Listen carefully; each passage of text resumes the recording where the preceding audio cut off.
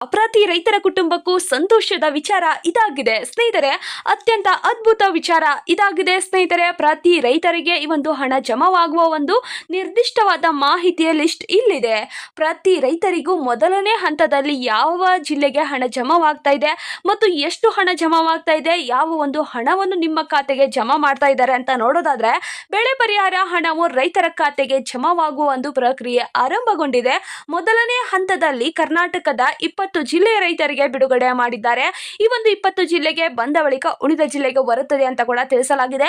ಈ ಒಂದು 20 ಜಿಲ್ಲೆ ಲಿಸ್ಟ್ ಅನ್ನು ಕೂಡ ನಾನು ಇವತ್ತು ನಿಮಗೆ ತಿಳಿಸ್ತಾ ಇದ್ದೇನೆ. ಸ್ನೇಹಿತರಲ್ಲಿ ಯಾರ ಜಿಲ್ಲೆ ಈ ಒಂದು ಲಿಸ್ಟ್ ನಲ್ಲಿ ಇದೆಯೋ ಪ್ರತಿ ರೈತರಿಗೂ ಮೊದಲನೇ ಹಂತದಲ್ಲಿ ಹಣ ಜಮಾವಾಗುವ ಒಂದು ಪ್ರಕ್ರಿಯೆ ಆರಂಭಗೊಂಡಿದೆ. ಯಾವ ಜಿಲ್ಲೆಗೆ ಹಣ ಜಮಾವಾಗುತ್ತಿದೆ ಮತ್ತು ಹಣ ಎಷ್ಟು ಖಾತೆಗೆ ಬರಲಿದೆ, ಪ್ರತಿ ರೈತರಿಗೆ ಎಷ್ಟು ಹಣ ಸಿಗುತ್ತಿದೆ ಅಂತ ಕೂಡ ನಾನು ಇವತ್ತು ನಿಮಗೆ ತಿಳಿಸ್ತಾ ಇದ್ದೇನೆ.